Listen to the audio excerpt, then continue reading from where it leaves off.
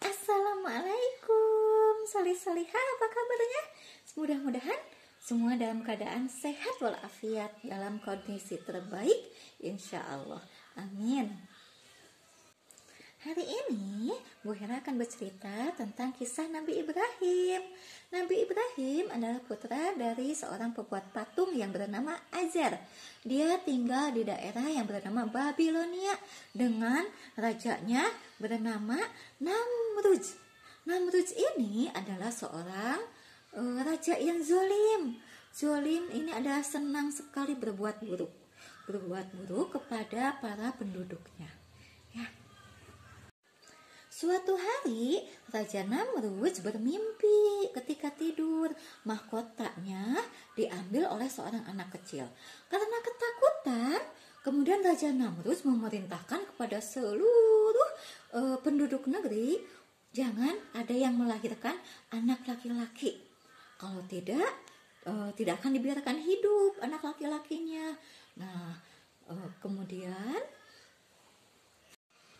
untuk menghindari ancaman Raja Namrud, ayah dan ibu Nabi Ibrahim, saat itu ibunya sedang mengandung Nabi Ibrahim ya, melarikan diri ke dalam gua. Nah, akhirnya sampai melahirkan di sana. Dan biar tidak ketahuan, Nabi Ibrahimnya ditinggalkan di dalam gua. Cuma ditengok sekali-sekali ya. Nah, dengan kekuasaan Allah, Nabi Ibrahim hidup. Salah satu mukjizat yang pertama Nabi Ibrahim dapatkan adalah ketika Nabi Ibrahim kecil, masih bayi, menghisap jempolnya, keluar air susu yang serupa dengan ASI, dengan air susu ibu. Itu mukjizat pertama Nabi Ibrahim ketika hidup di dalam gua. Setelah waktu berlalu cukup lama, kemudian Nabi Ibrahim sudah beranjak remaja. Kemudian baru diperbolehkan untuk keluar gua. Nah, betapa terkejutnya Nabi Ibrahim ketika melihat di luar gua itu pemandangan yang sangat menakjubkan. Karena selama bertahun-tahun nggak pernah keluar gua, di mana Nabi Ibrahim bisa melihat langit, burung-burung terbang, pohon-pohonan, dan banyak lagi pemandangan yang indah. Kemudian Nabi Ibrahim mulai berpikir, siapa yang menciptakan semua ini? Nah, di situ Nabi Ibrahim baru memulai mencari Tuhan. Siapa yang menciptakan semua ini? Nah, dimulailah mencari Tuhan oleh Nabi Ibrahim. Ketika Nabi Ibrahim melihat matahari, dia berkata, ini Tuhanku. Tapi setelah mataharinya tenggelam sore, mataharinya hilang. Kemudian Nabi Ibrahim berkata, aku tidak suka Tuhan yang hilang. Berarti matahari bukan Tuhanku. Nah, setelah matahari tenggelam, kemudian muncul apa? Bintang-bintang di langit. Mulai muncul bintang-bintang yang indah dan banyak sekali, bersinar kelap-kelip.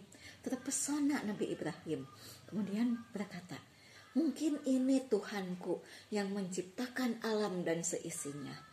Kemudian dipandanglah bintang-bintang itu hingga pagi menjelang. Nah, karena sudah pagi, bintangnya satu persatu menghilang, tidak ada lagi.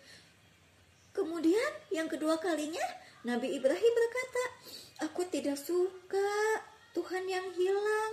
Ini bukan Tuhanku, bintang bukan Tuhanku.